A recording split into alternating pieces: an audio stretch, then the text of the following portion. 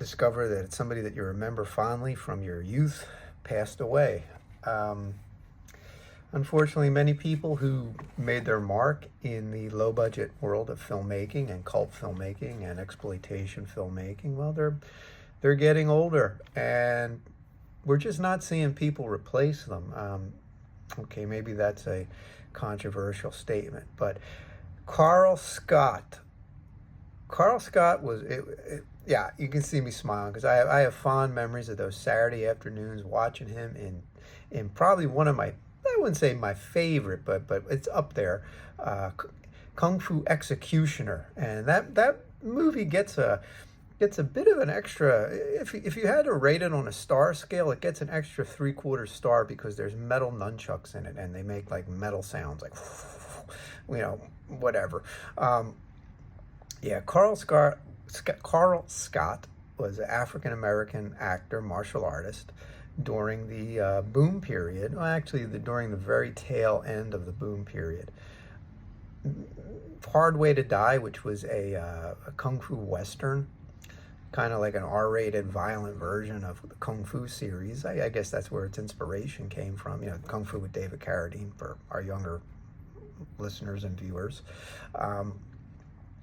Basically, it was a Western, and you had kickboxing star Louis Neglia, who drew a big house at Madison Square Garden for a kickboxing defense in the 70s, with Billy Chong, they were trying to build as a martial arts star on the international stage, because these movies were made in Hong Kong. But again, the Kung Fu movie explosion it took the world by storm when Enter the Dragon was a big hit, followed by it might have been the re-release double bill of Fists of Fury and Chinese Connection. I think they actually came out before Enter the Dragon, but they kind of, they made their big money afterwards in the United States. I mean, they were huge hits in international markets. But getting back to what the person I wanted to talk about, Carl Scott, and a little bit of my memories of this. It's kind of hard to get it across to younger viewers what it was like to watch movies back in the late 70s up until the early 90s, or even before the early 70s. Saturday afternoons was horror movies. There were 4 horror movies every Saturday. You had 2 on Shock Theater, and you had 2 on Creature Double Feature, and this was in Philadelphia. Around 81-ish, 82-ish, definitely by 83, horror movies didn't disappear, but those staples where Saturday had the big horror movie thingies, they kind of faded away in the afternoons. They kind of moved to late night, and some weeks you didn't even get a horror movie. And, that was just because, after Son of Dracula, like, I'm from Philadelphia, Son of Dracula debuted on television, network television, the 1942 movie, in Philadelphia in 1958-ish or something like that. So, after about 20 or so, 25 years, these movies just kept cycling over and over and over again. They had to get replaced. And for a brief period, they replaced them with Bigfoot and speculative documentaries, and that didn't last.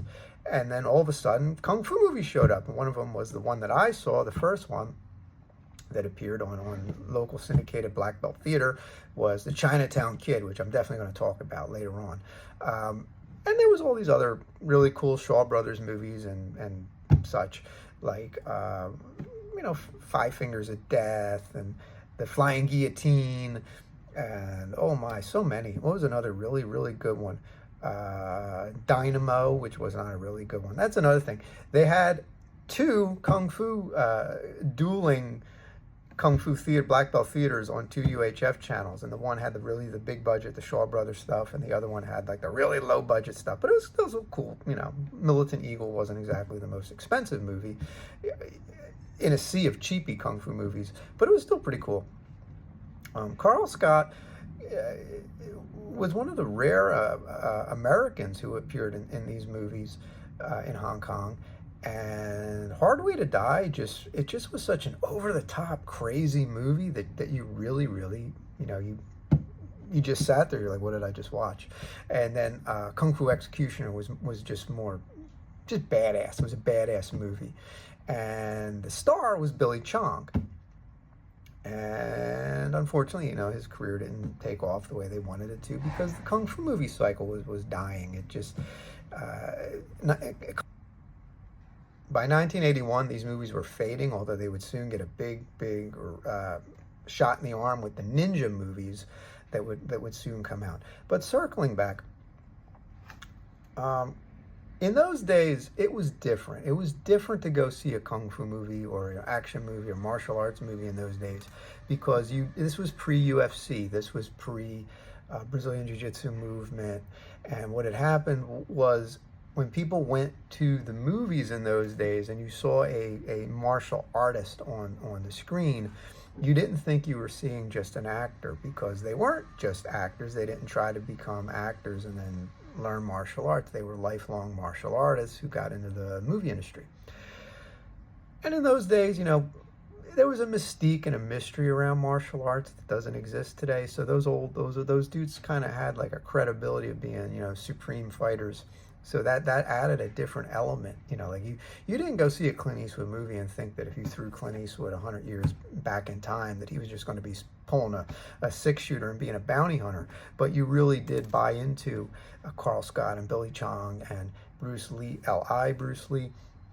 And yeah, dudes, man, I mean, it was just nostalgic fun. And that's the way it was in those days, man. Those days of syndicated television and VHS and weirdo third-rate VHS distributors, and not what it is today, not with streaming, not with social media and all that. It was a completely different viewing experience in those days. And a guy like Carl Scott, one of the reasons you remember him so well to this day is there just weren't that many people. I mean, there were a lot of people who made a name for themselves in the media world and subgenres like martial arts movies, subgenre the action genre. But you remembered Carl Scott, you remembered Billy Chong, you remembered those guys because, again, there weren't that many people out there doing what they did. It wasn't like you could just go on and become famous with an Instagram channel. There was limited opportunities for stardom or notoriety. I shouldn't say stardom, but notoriety. And Carl Scott did achieve a level of notoriety in some low-budget movies, but he passed away today, and many people are not, many people are sad about his passing, and many people remember him. And he went into private life. I think he had a regular job after his run in those movies ended. I wonder how many people remember somebody today with 3-4 million Instagram followers. Will they remember this person like 40 years after? If they shut their channel down, would anybody remember them 40 years from now? And I just don't see it. I think that everything moves so fast, and there's so much of it, and there's such a glut of it. I don't think you can build a star like that again today. But yeah, I'm just kind of melancholy that Carl Scott is gone, and he leaves us a nice legacy. And for all intents, and from what I've heard of him over the years, that he's lived he lived a happy life, and he was comfortable in his life, and he was comfortable with the fame that he had, that now, that was fleeting. And I think that he went to his resting place knowing that he left a mark on the world, and he lived a life that many people would they would never achieve what he achieved, and he deserves accolades for what he did.